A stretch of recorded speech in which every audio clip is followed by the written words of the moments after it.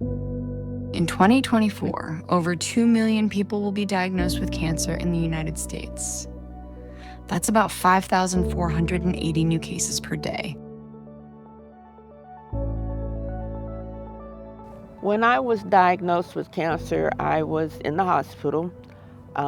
Initially, I thought I was just having bad acid reflux, and they had to send the camera down, did a test, and send the camera down through my stomach.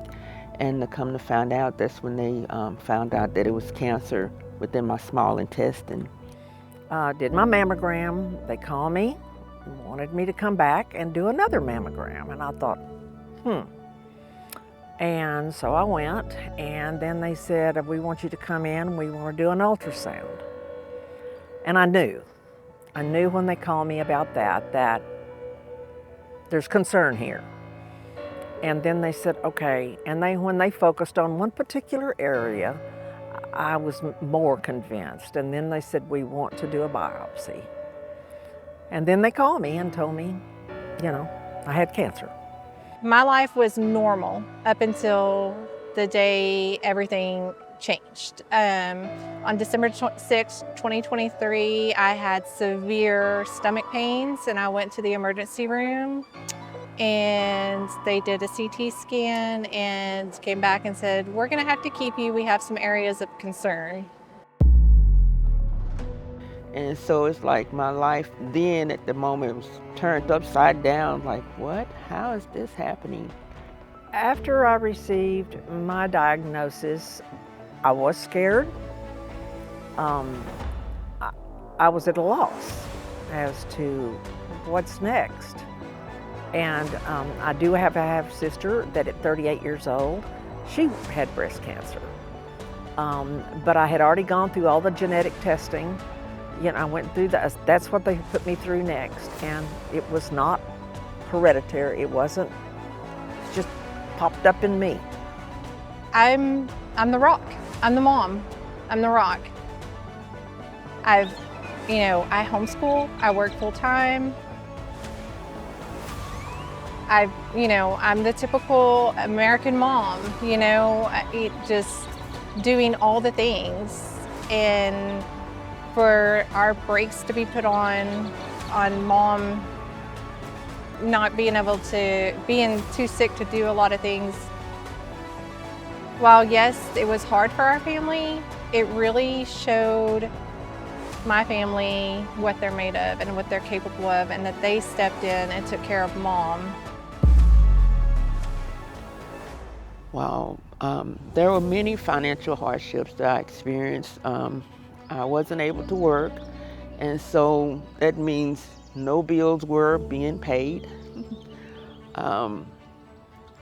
Bill collectors, everybody started calling, and I can understand, you want your payments, but here I am, no job, dealing with the issue of cancer, and that was like a mountain just being weighed on me. Once you're at my age, 74, and you're on Medicare, and then, every time you walk in, that copay will be, this copay will be, this.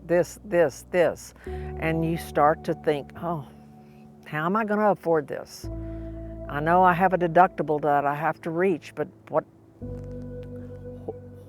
are they all? Can I have all the treatment that's necessary and be able to pay for it?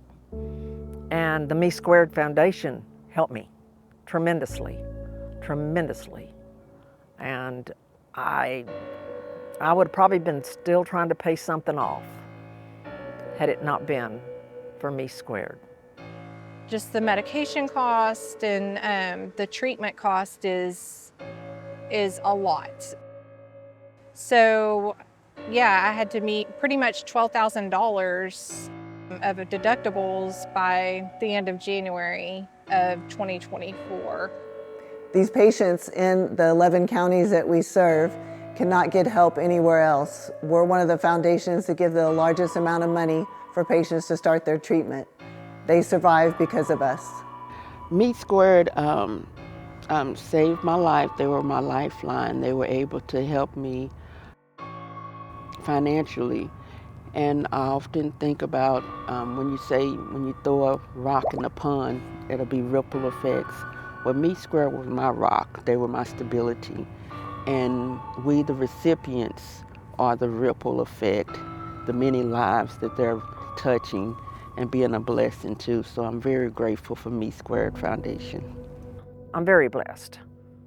I know there's people that were sitting there beside me when I was getting my chemo that they didn't make it, or they're not gonna make it, you know, and I did.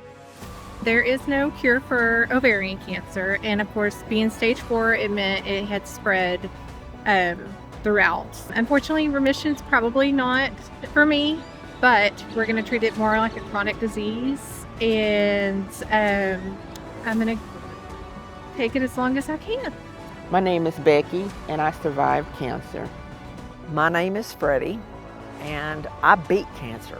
My name is Angela, and I am fighting cancer, and I am winning with the help of Meat Square.